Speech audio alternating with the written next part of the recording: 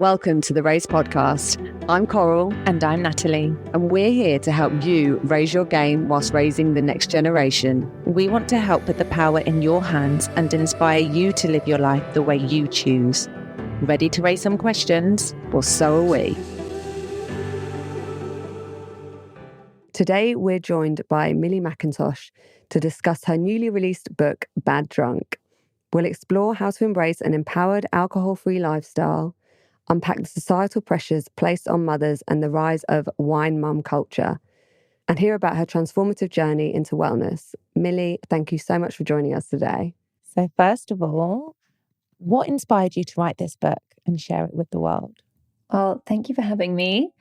So excited to finally meet you because, as I said, when I arrived, I feel like I already know you because I've been following you for a while. It's really nice when you actually get to meet someone in person. And feel very honoured to be on your podcast. And talking about the book, it feels so good. It's out and I'm really hearing an amazing response from the readers. And it feels really good because I was kind of terrified of releasing it. And the reason I wanted to do the book was really, this is the book I wish I'd read as a young girl before I embarked on my kind of difficult relationship with alcohol. I wish I had read it aged 13, 14. And I wish I'd also had it to read when I stopped drinking. I really wanted to create something that would help empower people to change their relationship with alcohol if they were unhappy with it. I was trying to explain it to someone. I'd say it's for a grey area drinker. So somebody who doesn't necessarily have the dependency on alcohol where they're drinking every day to get through the day and they are physically dependent on it, but somebody who repeatedly makes the same bad decisions when they drink. Somebody that, wants to be able to enjoy a nice glass of wine, but frequently ends up finishing the bottle or having two and then regretting it, and who just can't seem to break the cycle. And I started sharing about my journey. I've been sober for, I like to say, alcohol-free. I've been alcohol-free for 2.5 years. And I've been sharing my progress and my story since I started. And I had so many messages from particularly women and mums asking me to talk more about it. So it really made sense for me to do a book. Love that. We find that people often drink to feel more confident. And so what would you advise in that situation? Yeah, I definitely drank to feel more confident. And as a teen, I felt very insecure and I had very low self-worth. Having a drink seemed to suddenly turn me into somebody else. And that kind of continued through my teens and 20s. I would say for anyone else looking to reduce their drinking or to change their relationship with alcohol, if you want to cut out alcohol completely, just be prepared at the beginning. It will feel difficult to go to the same events and not be drinking. So don't expect to necessarily have that confidence straight away. I'd say it comes with time. Mm-hmm. And the key for me has been really working on myself and the relationship I have with myself, because the reason I was treating myself so badly when it came to how I was consuming alcohol was because I still had that low self-worth that I'd had as a teenager, and I didn't love myself at all. But I wasn't really aware of that until I stopped drinking and then realized the deeper work that I needed to do. So this decision to stay away from alcohol has really been part of my healing and self-love journey. And as I've gone through it month by month and gone further into the journey, I have really started to grow as a person and feel much more confident in myself and in spaces that I didn't feel comfortable before. Even dancing sober, which was a big one for me. I now choose to go to sober raves or sober dances. That's so cool. I mean, because I've gone through periods where I haven't drank alcohol, but I then just take out a situation where I would be tempted. Yeah. Because I think I would struggle. For example, we've got some holidays this year like my husband's 40th and we're going to Mykonos, and I was like, I don't know whether I want to drink or we're going to Glastonbury. And for me, normally I would just take those situations out of the equation. Yeah. And I don't know how I would feel. How do you feel going to these? Do you still how go did you find to these things? And how did you find initially going to events like that? I think taking things out of your calendar is a really sensible thing to do if you think it's going to tempt you to drink. Okay. And to be realistic, like that is something I did at the beginning. I was like, if that's going to be too difficult, I'm putting myself first. I'm not going to put myself through that, and I'm not going to go. I haven't felt ready to go to Glastonbury yet, because that used to be a place that I would just, all the wheels would come off. We've never been. We've never been. It's amazing. And I'm really excited to go again and do it sober, because I will just have a completely different experience. I'll actually be able to remember it. I'll actually make it to the stages to see the artists perform, and not just be in some dingy tent like the entire time, or too hungover to enjoy it. So I think Glastonbury sober would be incredible. I've just wanted to feel in a really good place, because I'm aware that it could also be triggering. Yeah. How do you feel now about that? I feel fine now going to most things. I did go to one festival this summer, like last summer, and I didn't enjoy it. And I was around people that I used to party with, and it just wasn't fun sober. Okay. It's the association a lot of the time, isn't it? Like certain people or certain situations you then associate with alcohol. I know when I've stopped drinking, I would be like, oh, this sunset isn't as enjoyable as when I have a cocktail or these a glass of wine. Yeah. And I find that hard, you know? But I think you find new ways to enjoy things. So if I was going to festivals this summer, like I'm going to go to Happy Place Festival. I want to go to festivals where there's wellness things on there. There's and then most festivals do have a more wellnessy side to them. If you're looking for I think even Glastonbury does, doesn't it? Glastonbury does. So it's finding the areas of the festival that you actually want to go to, and the things that you're now interested in. So it doesn't mean I can't go to festivals. There's actually a festival called Medicine Festival as well that I really want to go to. Yeah, I've heard of that. I want to go to that one this summer. So it's just easing my way in slowly, but doing the ecstatic dance has been something that's really helped me, because I used to feel so self-conscious dancing if I wasn't drunk. I would What is it, ecstatic dance? It's called ecstatic dance. So there's another one called 5 Rhythms, and my mum's done that. Yeah, yeah. And it's like it kind of just moving however your body wants to move to the music. I used to find the idea of something like this so embarrassing. I was like, how? Or I would be jealous of people that could do it, because I think they're so confident. How can they just, like how? And I just couldn't understand how anyone could do it. And I was at a retreat, and it was like a healing retreat. And one of the days there was ecstatic dance, and I was so nervous. I was like, I can't do it. Thought I was going to throw up, and then literally it was like just standing in the corner, like thinking, okay, I'm going to walk out the room any minute. And I managed to do it. And realizing the things that you find really difficult are often like things that you need to look at and work on. And there's been so much transformation there for me, because it's about just feeling like present, being in my body and coming out of my busy brain and slowing down and just connecting back to self. Amazing. And not caring what you look like. It's very freeing. It is, because I even have that in my head. When my mum told me about 5 rhythms, I was like, absolutely not. Yeah. To me, it seems so cringe, but actually I bet the experience when you can let go of what other people think must be really liberating. I'm going to one next week. It's called Sanctum, and it's in a church, and it's like a sober dance. And I guess you're around other people who are all doing the same, so the energy in the room must be quite powerful and, make you more confident. I like going with a friend. That makes it easier. What, a friend who's who doesn't drink? Yeah. Or friends that are okay? Or just a friend that's into that kind of thing, because it just makes it easier to have someone else in the room that you know. Maybe we should try it. But also I think as well, because the difficulty is with that, if you have a friend who would look around and be like, what's everyone doing? Then it makes you feel more self-conscious. I've been going with friends that are a bit more open-minded. Yeah. And then it holds me accountable, so I can't bail if I'm feeling a bit nervous about going. So I bet you feel so good afterwards, though, don't you? You feel so good. And if you're struggling with something emotionally, whether it's anger or grief or anxiety, you can really work with it and take it into the practice and really let the emotion move through the body. So it can be very cathartic. People often have breakthroughs.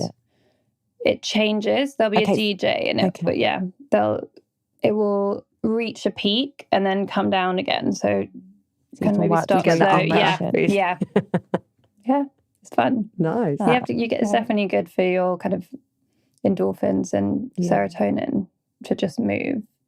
That's been a big part of being alcohol free, as well as just exercising and really enjoying being healthy and really enjoying my early mornings. And you feel so smug, don't you? I follow you, and I know you love your early morning. You're really disciplined to get up early and get the things in that you need to do to feel good.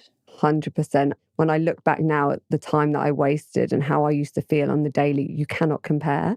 And I'm so grateful now that because it is hard, isn't it, to wake up early. It is hard to say no, but it's so worth it. But interestingly, I actually also think once you start taking control back of your mornings, it makes you not want to drink or be that person that's hungover and wasting the time when you know how to utilize that time, right? In the mornings. So true. You don't, it's like, oh no, I don't really want to drink. I want to be in bed by a certain time, because you don't want it to throw off your day. And when you're on a roll of feeling good as well, it's like, why would I want to mess that up? Yeah. I just don't want to be out late. If you want to have dinner, I'm like 6 p.m. 100% I eat at 5 with my kids some nights, because then once they're in bed, I don't need to make dinner. Yeah, because that's when it's then tempting. But also it's much better for you to go to bed on an emptier stomach anyway. I mean, I do normally have something else after at 7. Get a little bit hungry again, but I'm asleep by 9 most nights.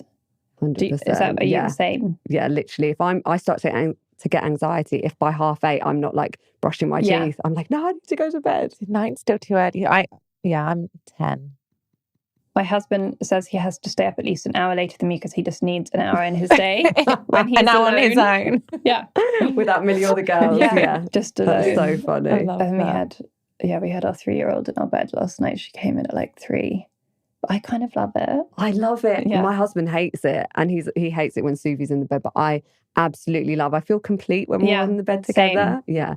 My ideal would be me and the kids and the dog in the bed, and him in another room. I've said that to Ali. I was like, I will happily have our own room. And he's like, well, no, that's just weird. And I'm like, for who? I will. It's like my element. I'd be my element, the kids and the dog just all cuddled up together. Yeah. See, I think, because I'm 7 years of co-sleeping in, and I think it's been a bit too long. Yeah. But I actually know that I'd really miss them if they weren't in my bed. Yeah. I just wish they'd sleep through a bit more. Oh, yeah. It's hard when they move around and they shout in their dreams, and it just, Yeah. You don't sleep as well. No, it's like the broken sleep, isn't it? Like the continual. But yeah. Okay, so what's the first step that you'd suggest someone take if they wanted to kind of start cutting out alcohol? I would say get informed, get really curious. And the first thing I did was order lots of books. So if you're listening to this, maybe order Bad Drunk. Sorry, shameless book plug. I love it. 100%. There's so many great authors out there that have talked about their own sober journeys. And reading, I read Quit Like a Woman when I first stopped drinking, and it really hit home for me, how I'd been using alcohol and how I felt this pressure from society that I kind of deserved a drink because I was a mum, and it was, my choice, and I should be able to, it was how I deserved it. And when I read that, a few things really clicked into place. I also listened to lots of podcasts to just get really informed, and I listened to the Huberman Labs Dr. Andrew Huberman podcast about, I think it's called How Alcohol Affects Your Brain and Body. Scary, isn't it? When I started to actually understand that alcohol is a neurotoxin, and the feeling of being drunk is actually your body's response to being poisoned, something really changed, and it made it easier to not want to drink. Mm-hmm. And also understanding more about the way I am specifically. I found out I have ADHD. And if you have ADHD, you're much more likely to have an issue with any addictive substance because of the way your brain is wired.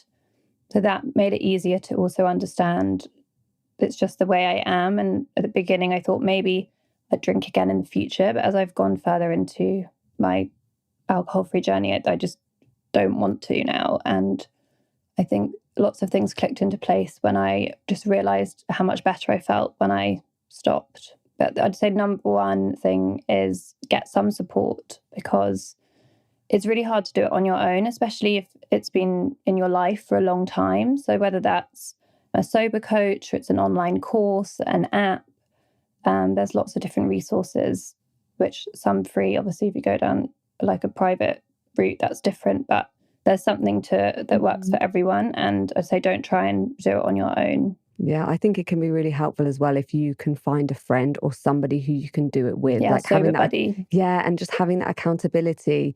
And because you can feel quite lonely when everybody else is going out Definitely. drinking as well. I luckily, when I stopped drinking for a while, my husband did it with me, and that made such a difference, because you'd go for dinners and then you wouldn't be tempted, and I would find that really hard.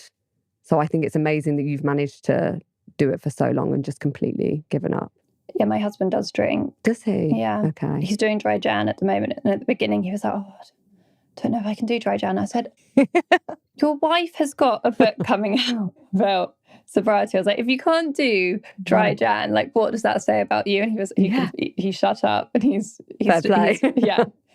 doing it, and he's feeling much better. But he doesn't drink often, and he doesn't drink at home a lot. So on the weekend, he might have a beer or a glass of wine with some food, but he's not a big drinker anyway. And if he goes out with his friends, I mean, lots of them are now, they've all got young babies. Yeah. So it's different as well. They used to all be going out every weekend, and now it's maybe like every 6 weeks or something, and he's not home super late. It's a lot easier, isn't it, when you first started going out for dinners and your husband would still have a drink, did you struggle during that period? I actually didn't, because I just wasn't tempted. I was tempted, I'd say, in the first week, because when I decided to stop, I was on holiday and I was with friends who were still drinking. And they were, I don't think they really realized I was serious. They were drinking like my favorite rosé, and not on purpose. That's just what they were drinking on holiday, and kept being like, oh, don't you want, just have a sip? Like, don't you want a glass? And I was like, that was hard. Yeah. So what was the turning point for you? So I was on holiday with Hugo. We were one with the kids, and I had a massive panic attack. And I've had panic attacks like all through my life, but I'd never had one that really felt like I was dying. And I thought during the panic attack that I was about to die, and felt like I was about to pass out and couldn't breathe. And I started to black out, and I thought I'd never see my kids again. And when I'd recovered, I went for a hike with Hugo, and it's just like, I can never put myself through something like that again. And I was hungover, so I knew I wouldn't have had that panic attack if I hadn't been drinking the night before. And my anxiety was always so much worse after drinking, and that was really the final straw. But in the year before I stopped, I had about 3 or 4 kind of disastrous drinking sessions, and they all kind of scared me a bit, because it just was getting more and more out of hand, and I just really hated myself so much the next day, and would feel awful for at least a week afterwards. I just finally was like, I can't keep doing it. And that was it. Was that literally the last time you drank? Yeah. Wow. I mean, sometimes it's sad, isn't it, that sometimes it can take you to get to that point, but at the same time, it's a blessing in disguise, I suppose. I wish I'd stopped sooner. But yeah, my husband had said to me before, you need to stop. Okay. But you have to want to do it for yourself. Yeah. I think because you weren't an alcoholic, you just had, what would you say? Alcohol use disorder. Yeah. So how, for someone, I guess it can be quite, people will say, I'm not an alcoholic, I'm fine, I don't need to, it's that kind of naivety about how they're maybe misusing alcohol. What would be some of the signs? Obviously, the disastrous times, but on a kind of more day-to-day level, what would you say are the signs that people kind of should think about that they should start giving up alcohol? I think if when you drink, you really change and aren't the person that you usually are. So some people just, have a drink, become more bubbly, a bit more confident, but they don't kind of change personality. I'd say if you're somebody who drinks and kind of has an alter ego that comes out when you drink, that will say things and do things that you wouldn't normally do, that I'd say that's a warning sign. We don't always go out and plan to have a certain amount of drinks. So if you plan to go out and just have a nice time, have a couple, but end up having, a binge drinking session where you wanted to go out just for one, but you ended up having multiple drinks and not remembering how you got home, doing something you regretted, getting in an argument, just acting in a way that you feel ashamed of the next day, I'd say that's a sign. If you are noticing that you need to drink a lot more alcohol than you used to feel the same effect, I'd say the memory loss one is definitely a scary one because of safety as well, and not knowing how you got home, not knowing who you were with. That's really scary. I remember that from being younger and having a few times, and I was like, I just hate feeling out of control. Yeah. That is because you have no recollection, do you? Yeah. And it's so dangerous. Just a quick break to talk to you about Happy Mammoth. At Raise, our goal is to help women and mothers to live their best lives, and that's exactly what Happy Mammoth want you to do too. They are dedicated to helping women take control of their well-being at every stage of their life. Hormones are essential for our overall health and happiness as they impact everything from our energy levels, sleep, to our mood and our focus. And when they're out of balance, well, life can feel pretty out of balance too. Which is why we're excited to share Happy Mammoth's Hormone Harmony with you. Hormone Harmony isn't just for women going through menopause, it's for anyone experiencing the effects of hormonal changes. We both take Hormone Harmony as part of our daily supplement go-tos and are so impressed with the ingredients and benefits we feel from taking it. They're packed with adaptogens, which are really powerful herbal extracts that help your body manage stress, and it's designed to naturally restore balance and help you feel like yourself again. You may have actually seen Hormone Harmony on social media already because women cannot stop raving about how it has transformed their lives. A bottle of Hormone Harmony is sold every 24 seconds. So whether you're navigating life's transitions into menopause or just looking for hormonal balance, check out Hormone Harmony from Happy Mammoth, because life's too short to let your hormones hold you back. For a limited time, you can get 15% off your entire first order at happymammoth.com. Just use the code RAISE at checkout. Yeah, and I think you've now, maybe you used to drink a lot when you were younger, but now I feel like you've found a very good balance. Like you'll have 2 or 3, even though you do drink, you now only would have a couple and you're able to stop that. Whereas if you are getting to the point. Yeah, if you don't have the willpower. Yeah.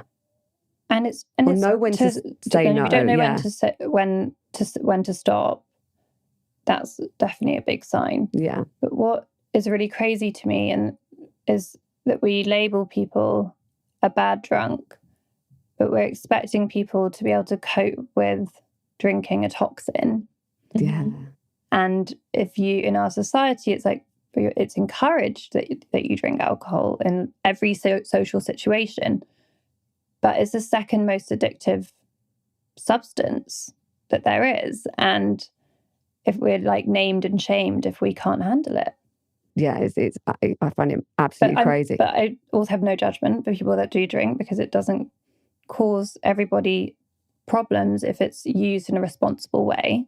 Yeah. I do think alcohol bottles should have a warning on them, similar to how cigarette packets do. Do they not already have any kind of I think wine it says but spirits? Adverts would say drink responsibly, but I don't think they have. Yeah. But even drink responsibly, it's not. It's once you've had 1 or 2, it's your inhibitions are lowered and people's resolve goes. So it's very hard for a lot of people, I think, to drink responsibly. Yeah, definitely felt impossible for me. Yeah, I think it's the problem is that alcohol affects everybody differently, and so you might be with your friends who can only have a couple of drinks. And I know you spoke about this in your book, but it will have different chemical effects on you. So that's also something that I feel like isn't spoken about enough, you know? Totally, yeah. It's literally down to your DNA. Yeah. And I find that There's so many other factors, like what you've eaten, how much you weigh, like how quickly you're drinking it, what exactly you're drinking it. It will. Yeah. If you see a group of friends drinking the same, if they were all drinking the same amount, they would all feel it differently. Yeah. And also it's the different types of alcohol. They affect everyone different, right? Yeah. It's like from vodka, wine and stuff. Yeah. Yeah, I used to get such bad hangovers. I don't know about you, but I started to be like, I'm going to find a wine that doesn't give me a hangover. Yeah. Well, I would get like organic, biodynamic, sulfate-free, everything. They wine. still give you headaches. 100%. Yeah. I remember throwing up and I was like, this is not fair. It said it. Or like the cleanest tequila and being like, but I thought if I only drank tequila with no sugar, I'd feel fine in the morning. Like, why? Yeah, there's this guy on Instagram called Daddy Wellness, I think he's called. Have you seen him? And he calls it TSL, and it's tequila, soda, lime. And it's like so that's what we like when we drank on my head. That's what I used to drink. And to be fair, I actually genuinely feel like I didn't get hangovers when I drank that way, but maybe because we don't, even when we did drink, we don't drink a lot. Yeah. So as soon as I start to feel drunk, I'm like, no. But yeah, anyway, it's just funny. So in your book, we love how you talk about doing the work daily and how implementing small habits has really had a positive impact on your life. So we'd love you to delve a little bit deeper into some of these habits and what you do on the daily that's helped you get through all this.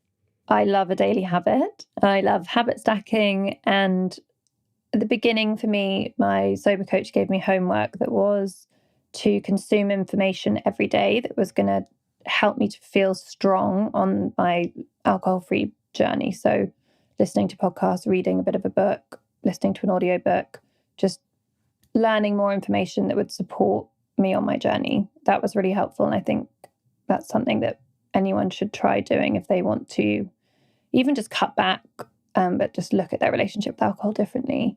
My daily habits have changed over the years, quite a bit. Changes definitely with kids. Meditation is something that I've felt makes a really big difference for me since about the middle of my 20s when I discovered it. And I now do a transcendental TM meditation every morning. I did a TM course like 10 years ago, but I then went and tried doing lots of different types of meditation, sometimes on apps, guided or unguided. And then in the last year, I've really come back to doing TM. So what is that? Sorry. So you get given a mantra, which is a Sanskrit word. You can never tell it to anyone. It's like a sound, and you just repeat it over and over again in your head. And I do it in bed, like first thing in the morning when I wake up. I set an alarm so that I'm awake early enough to do it before the girls wake up. And I just sit up in bed, put on my headphones, and I use an app that just has a chime when it like starts and ends. What app is that? It's called Equanimity Meditation Timer. Okay. But that's really interesting because I feel like a lot of people are encouraged to meditate, but at the same time, a lot of people don't know what to meditate on. So I find that would probably be really useful for a lot of people, because if you're told to just sit and still your mind, it's impossible, because it's impossible to stop your thoughts. So for you to be able to focus on one word is taking your mind from being this monkey mind out there to be able to focus on just that one word. So I've never tried it, but already I find that really interesting. And it's winter at the moment, so I have like an SAD lamp. If my husband's already awake and it doesn't bother him, then I put it on, and then I'm meditating, but getting that helps with your like vitamin D. No, does it? Yeah, I'm like, Do you feel that it helps? It does. It definitely does on like dark mornings. I also have a PEMF mat. Oh yeah, I'm getting sent one of those. Yeah. So that's got energy that it mimics being sat on the earth. It's like grounding energy. Like my garden doesn't have any soil; it's like concrete. So I don't, and also it's winter. Stood up barefoot. I need to sit and just stand on the earth. So that's really helpful as well. Also it gets warm, so that's really nice in the winter. So my ideal setup is like on the mat with the light, sat doing my meditation. Habit stacking as well. It's like that. I love it. The thing is, as mums as well, I feel like we have to utilize the time so well. So I'll make sure I do everything. We find our ways, don't we? And as much as you can at once. Yeah. But if you like the grounding, you just get one of those grounding bed sheets. They're really good. So you literally plug them in to your wall, but it connects to the earthing kind of frequency. So you don't have it turned on or anything, but as you're sleeping, then you're getting the earth frequency. I've literally got them for the kids and for ours. They're really good. Oh my God. Yeah. Immediately So ordering. yeah. And then another thing I picked up through doing lots of inner child work is having pictures of myself as a child around the house. So I have one of me next to the bed, and then I've had them on the bathroom mirror before with like post-it notes with the affirmations on. And that's a really good reminder for me when I'm like brushing my teeth and washing my face and looking in the mirror to pause and think about what I'm saying to myself internally.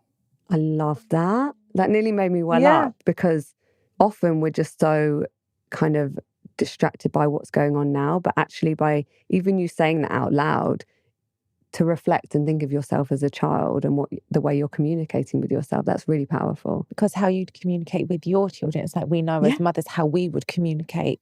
We wouldn't talk to ourselves, or I love that. Reparenting has been really powerful. I went on a women's retreat last year, and it was all about basically becoming your own mother. And it's amazing when you actually can treat yourself how you would treat your child, and just it's a lot of talking back to the inner dialogue and actually just a lot of self-soothing. Okay. And that's been really helpful, because since I stopped drinking, it hasn't been plain sailing. I've had actually a lot of anxiety come up for me. And when you remove the substance that you're numbing yourself with, you can suddenly see everything that you've been trying to hide from very clearly. And I bet you didn't anticipate that, did you? I didn't at the beginning. Drinking? I thought, I was like, I've cracked the code. Yeah. I'm healed. I'm whole again because I've removed alcohol, and alcohol was the problem. And it's like, I'm the problem. Wow. Alcohol is what I'm medicating with. And then it's still, I guess, because your weekends weren't spent drinking, kind of numbing it. So you have to actually you've got to sit in the feeling. Yeah. And you've been really open about your mental health struggles, which I think is really incredible. How has cutting out alcohol helped you with your anxiety? I'd say I have so much more clarity, and it's helped me. It definitely didn't cure my anxiety, disclaimer, but it allowed me to go deep and look at the things from my childhood and my younger years that were causing me a lot of anxiety, understanding if ADHD also causes, you're much more likely to have mental health struggles and anxiety with the ADHD. And I tried the wellness route to cure my anxiety. I tried literally everything and was getting progressively more anxious. And I felt like I felt like there was a lot of stigma in the wellness world if I needed medication and couldn't couldn't heal myself with all the various practices that there are, which are definitely amazing for mental health. But ultimately, after the years of alcohol abuse and just traumas I hadn't dealt with from my from my past, from my younger years, I ended up going down the medicated route about a year ago, and it's completely changed my life. And I now feel, I think, just how I'm meant to feel. Yeah. That's how my therapist explained it to me. He said, this is how your brain chemistry is meant to be. I was like, yeah, at the beginning I was like, is this like a holiday from my brain? Because it just, when you've lived with it for so long, and then it's like someone's just turned down a bit of the noise and just constantly was like running from myself. So is that kind of inner dialogue and that overthinking, catastrophizing, constantly being in fight or flight, just constantly on the brink. And I was more emotional. I would cry all the time, and I love crying now, but I don't cry as easily. So maybe I'm not 100% as in touch with all of my emotions as I was, but also feeling in a grounded place where I'm just calm. Okay. That's like my goal, is to have a calm nervous system. I definitely think, though, with medication, I heard someone talking about on a podcast, and they said pills don't teach skills. And it really stuck with me because I don't think anyone should just take medication and not do anything else to help with their mental health. You've really got to look at your lifestyle and everything you're consuming, everything you're doing in your day-to-day life that's affecting how you feel. So since being sober, I've been really interested in all the things out there that I can do to support my health and well-being. I think it's amazing that you're looking at yourself holistically, and you're not just, because a lot of the time I feel like people just want to take a pill to fix, put a something. plaster on Yeah. something. Yeah, isn't exactly. it? Or Yeah. like weight loss or whatever it is. People don't want to do the work, you know? So I think it's amazing that you've recognized that it's going to help you by taking this pill, but you're also looking at yourself as a whole. And I think that's really incredible. When you became a mother, do you think that has impacted your choice into like your reasoning behind why you stopped drinking? Definitely. When I became a mother and I was still drinking in this destructive way, I just felt even more shame. I'd been carrying a lot of shame with me, but I then really felt shame. Like, how can I act like this when I've got a baby? And how can I be a responsible mother if I get so drunk that I don't know how I got home? And having to really look at myself and think about the person that my children were growing up with. I didn't want to be them to remember me as, you know, oh, mummy's always got a glass of wine, or mummy's, you know, always like hungover or grumpy the next morning. And I knew I couldn't be the parent I wanted to be. So I think ultimately becoming a mother made me finally say enough is enough. Okay. Because I had the girls to think about as well. So I wanted to do it for me, but also because of them. It gave me, I think, that final strength and push to say, no, I've got to sort myself out. Amazing. Yeah. And I think in your book, and I can't remember what you said, it was, drinking was my reward. In some ways, my drinking got worse when I became a mum because suddenly I could justify it. Society told me I had earned it. And we thought that was a really good point to touch on. And with this rise of this mummy drinking culture. Like wine o'clock. Yeah. You know. Because like the mummy influencers that are constantly like, posting, send wine. like, yeah, I mean, but I used to look at that content and relate to it when I was drinking. Yeah. And I was like, yeah, send me the wine. I need that. And, you know, whatever. There's one with like, a mum, she's got like a giant glass of wine. And I'd be like, that's me, literally at the end of and every day. And it kind of glamorizes this, you know, that mums are struggling and they need wine to kind of help them through their day. And do you think potentially that's masking deeper issues surrounding modern motherhood, you know, in terms of societal expectations and this burden and pressure we put on ourselves to be the perfect mum, wife, you know, have our own side hustle and all these things? 100%. Like, where is the village? We have this conversation. Where's the village? Where is it? All the time. It's like we're striving to be perfect, and personally I know I'm obviously very guilty of this, but I think social media is awful for that, because people obviously only put up their highlight reel. Yeah, exactly. And the thing is, and then you'll compare yourself to everybody else who looks like they're smashing it, who's, you know, doing all this stuff on the weekend, and then their house is clean, and then they're working and their kids are eating nutritious meals, and we can't do it all. So then I think that's a massive reason why mums then at the end of the day just, as you say, mask it and turn to alcohol. And we think it kind of goes so much deeper. It's definitely a much bigger issue. And, you know, it's like the mental load, the amount of things that we're constantly expected to be able to do and remember and do all at the same time. And with my husband, I had to try and do everything that I tried to do in the week. And then it just would be impossible. We both work, but, you know, he still wants dinner on the table at the end of the day. And I'm the one doing school drop off and pick up whenever I can, and juggling working. Yeah. For women, I think we've got such a big juggle, haven't we? Now that juggle we've got is this. Real. And alcohol is not only readily available in pretty much every household, it's also so acceptable. Mm-hmm. You know, even, you know, with food, and from lunchtime onwards, there's, you know, meet up with a mum friend for a glass of wine, or what. It's just, there's yoga classes where you get tequila at the end. It's like, Wow. you see it, happy hour literally is advertised at mums. Yeah. It's so true. So what advice would you give to mums who are using alcohol as a coping mechanism? Just say, don't beat yourself up, because so was I, and it's okay. But the benefits you will feel, like I felt at the beginning that my fear was my life would be over if I stopped drinking. How would I have fun? How would I have a release? How would I deal with difficult things without alcohol? But actually, it's allowed me to live so much more.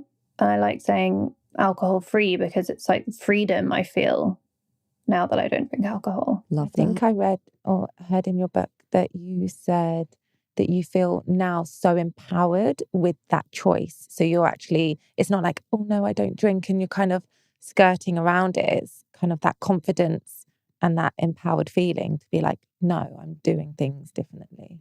Yeah, when I was pregnant, I really enjoyed not drinking and not being pressured to drink. And when it all clicked into place, when I stopped, I was like, I don't need to be pregnant or have some kind of medical reason that I don't drink. I can just choose to not drink.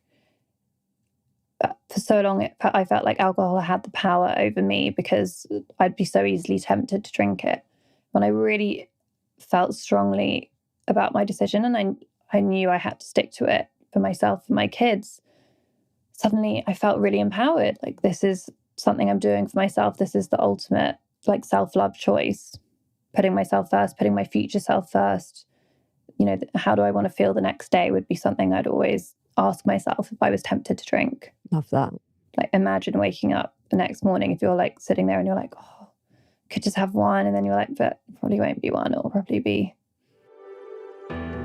This year, let's say no to microplastics, no to toxins, and yes to clean, healthy hydration, because water matters more than you think. We're made up of 60% water, so what we drink literally makes us who we are. Enter Win-Win Water, the game changer in pure toxin-free hydration. Most tap water is full of chemicals, fluoride, metals, hormone disruptors, and even medications. And unfortunately, most bottled water is made from fossil fuel-based plastic, which can leach nanoplastics into the water we drink. That's where Win-Win Water comes in. Not only are all their bottles 100% plant-based, made from sustainable sugarcane, but their water is locally sourced mineral water that is naturally high in electrolytes and minerals. No need to add anything in, it's just as nature intended, real, live water. So we're huge advocates for the UK-based water company Win-Win Water. For us, it really is the starting point for health. If you're drinking the best quality water with no toxins, your body will thank you for it. And in this case, the environment will thank you too. Win-Win Water are currently offering 10% off subscriptions with the code RAISE, so that you can get the best quality water delivered for you and your family directly to your door. Visit winwinwater.co.uk to find out more. I think the fact that you were able to recognise, though, that is huge, because some people will just imagine that glass of ice cold rosé and they wouldn't actually consider that it would ever lead to more. So it's good that you were able to recognise that it would then lead to more, and then you wouldn't feel good the next day, But even thinking back to my drinking, if I did just have one or two drinks, I would really feel it the next day. Okay. Even sometimes even just one glass of wine, and the next day my anxiety would be twice as bad. Okay. And I would have a headache, and I would just be more likely to then go into other unhealthy behaviours like binge eating or. Yeah. This is one of the main reasons I stopped, because obviously I'm so into what I eat, but then I know that if I went out on a Saturday night, my whole Sunday would be taken over, and then I'd eat rubbish on the Sunday. Yeah. Like, I'm honestly, even my mum sent photos, I'm such a foodie. So for me to not eat the food that I want to eat is really hard.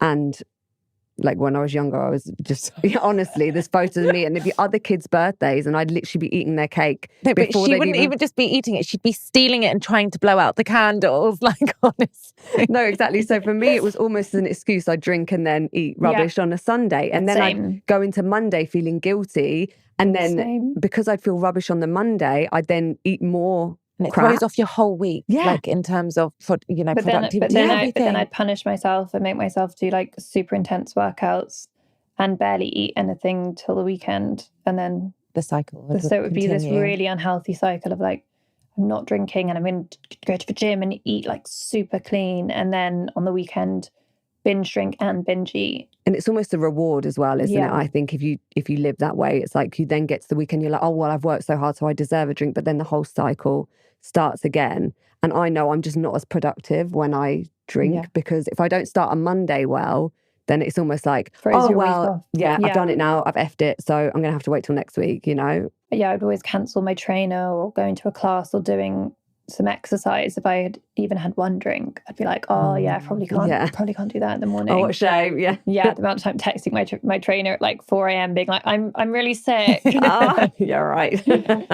And just cancelling on the plans that would make you feel good. Yeah. And it's so nice, isn't it, when you don't drink, that you don't have those excuses and life just, I feel like flows so much easier. When I do 100-day periods where I don't drink and then I drink a bit over summer. And even then I don't really drink. It's more...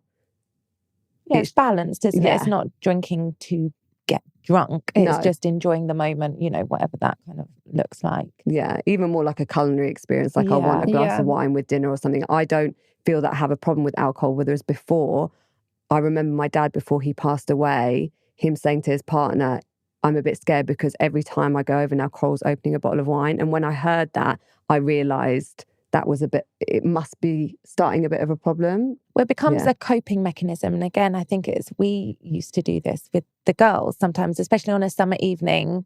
And it'd be, oh, should we just have one glass? And, it wasn't an issue. It wasn't like we had, but it was always this kind of like, oh, we're nicer mums once we've had like a glass of wine, because we're better if you're mums, stressed, it just takes the edge off a little bit, doesn't it? And it's, I guess, for mums to find an alternative thing that makes them kind of takes that stress away, isn't it? Like going for a walk or moving your body, doing a breathwork class, or maybe this sounds a bit extreme for people, but there's lots of healthy ways that you can get into an altered state that can allow you to let go of some difficult emotion, or process something. If you've had a really hard week and normally you would have gone out drinking, you can there's lots of other ways that you can burn off some steam that aren't going to make you feel shit, that are actually going to make you feel great. And I do think as well now it is changing. And I think obviously the awareness is really, and there's so many more options now for people, whereas when we were growing up, they didn't exist. You went out with your friends and drank and that was it. That's what you did on a weekend. Whereas now, and even for the next generation, I feel like it's so much cooler to not drink, whether as how, people would have just taken the absolute mickey out of you if you were like, no, I don't drink, when we were growing up. Like, absolutely no. Well, it's like I said to Cole, there was this quote I saw the other day, and it said that in the younger generations, drinking alcohol is decreasing, but the only area that it kind of is increasing is in the motherhood group. And it's just, I guess why we wanted to touch on that kind of mental health and motherhood and stuff. I think if for anyone that feels like saying, I'm never drinking again is too scary, I completely understand. I felt like that too. You said that you did 100 days. I think that was an amazing goal for someone to try. You're never going to regret the 100 days you didn't drink, or the 1 month you didn't drink. You're never going to look back and go, do you know what? That month I didn't drink. I wish I drank every day, because you're going to feel so great. True. That is so true, actually. I actually really love what you said about how taking that break helped you to reevaluate how you were drinking. Yeah. And now you feel like you can drink in a moderate way, and it's not a crutch, and it's healthy. That's exactly what it is now. It's like over Christmas, I had a glass of red wine or a champagne on Christmas Day. It's like, it's not, but I have complete control. I've broken the habits and the association of times when I almost believed that alcohol was going to make me happy in those situations. Whereas now, because I've had the 100-day period, I've experienced happiness without alcohol. And so I know that it exists without it, And I guess it depends who you're surrounding your days and your time with, right? Because I know for us, that works really well, because most of our friendship group aren't big on drinking alcohol, right? But we've all only stopped in the last few years, whether it's as a group, So basically Natalie is married to my brother, and then my husband and him and best friends, we're best friends. But as a group, we would drink a lot, or they would go out and get absolutely wasted and stay up all night, like heavy. And now that like I kind of stopped drinking, then my husband stopped drinking, and you didn't. It's like a domino effect. Yeah, isn't and that's it? really nice then when you can stop as a group. Yeah. So I guess for you, has your friendship group changed at all since you've stopped drinking? It has, I'd say, got smaller. Yeah. But a lot of us have also now had kids. I even think the way we socialise maybe is different since COVID. And I really like to protect my energy, and I just don't have that much time, to be honest, for my social life. And I think there's this pressure to have it all. My kids are so young, and I don't think you can't be thriving in every area of your life at the same time. No. And for me, it's like family and career and wellness all like need attention. I need, to look after myself so I can be the best for my family, and then need to work to support my family, and I enjoy working. And the social life is probably the area of my life that gets like the least time. But I feel so fortunate that my closest people are all such amazing friends that I don't need like more than 5 of them. Yeah. Small circle. So it's a small circle. And when I was younger, felt like I had lots of friends, but none of them was my super deep close friends. And I've making friends sober is amazing, because I feel like you can just, if you both used to drink a lot and now you're sober, you just dive straight in the deep end when you meet, and there's no small talk, and you're just literally like oversharing from the get go. And I love that. But I think it's deep conversation, and it's finding purpose, isn't it? And having you feel whole with what you're doing, so you don't feel the need to fill the gap, I think, with socializing. And I think that's really nice, isn't it? We say that it's like we work so much, but when you are happy in what you're doing, then you don't kind of feel the need to just... You don't feel like you're missing out, no. do you? No, I don't get to Friday and think, I need to go out. And no. And we had this conversation. I'm like, I just can't wait to stay in. It's Friday night. Yeah. It's that we're kind of going back to simplifying life a bit more. It's like keeping things simple, going back to basics. And I think, especially when you were talking about your nervous system, that's what I feel. It's like you just need to simplify everything. I agree. Yeah, make life as easy as you can. Mm-hmm. And drinking, I was making life so much harder for myself. It's such a relief to not have hangovers, because it's hard enough with like young kids and juggling everything. You're like kids and hangovers do not mix. do not mix. I swear they know if you're hungover. Yeah, 100%. So we've touched on some of your favourite kind of habits. What are your 3 favourite wellness tips, hacks or habits that you do? Meditating. As I said before, there's lots of different types of meditation, whether you've literally got 2 minutes or you've got 2 hours. So you can start small. That's been a really transformative habit. Can you count movement? Yeah. Daily movement, 100%. which is, again, the sounds so simple, but doing exercise early in the morning, or definitely within either the kids going to school or after they've gone to school, just sets me up for the day. I do exercise most days. Even if I'm having a day off, I'll just do some stretching or go for a walk, but movement every day. And it's on the spot. Don't worry, I do feel like you touched on habits. You've done. Yeah. I would say gratitude journal before bed. Nice. Yeah. Okay. It really does make such a difference. Oh my gosh, so much. And I think that there's an element when you realise how lucky you are, even for the small things. They say you cannot be sad and grateful at the same time. Or anxious. No, exactly. So if you can tune into that, then it's really powerful. Yeah. And the more you do it, the more that becomes your go-to thought. Yeah, a constant reminder. Yeah, exactly. And just quickly, because I think a lot of people struggle with motivation. And I know Mel Robbins said that day 19 is the day when most people give up, because they're not necessarily seeing results yet, but they're getting bored of what they're doing. So how have you stayed motivated? Like, what would be your top tip for willpower or motivation with regards to cutting out alcohol? I think putting yourself first and choosing to feel good, making the choice. How do I want to feel? Yeah. You're showing up for yourself. Showing up for yourself is the ultimate thing that motivates me to stay disciplined, whether that's with doing my daily movement, doing my meditation, doing any of my habits that help me to feel good. It's thinking about how I want to feel. I love that. Love that. And just before we finish up, we ask every guest to share their most favourite book, one that's transformed their life. Obviously, Bad Drunk will be one. But what other book would you recommend? So it's actually out at the moment and just came out. It's The Let Them Theory by Mel Robbins. Yeah. Love her. I love her. And I needed that book so much. And it's made even the book process so much easier, because I had all this fear at the beginning, like, what will people think? What will people say? Am I going to be judged?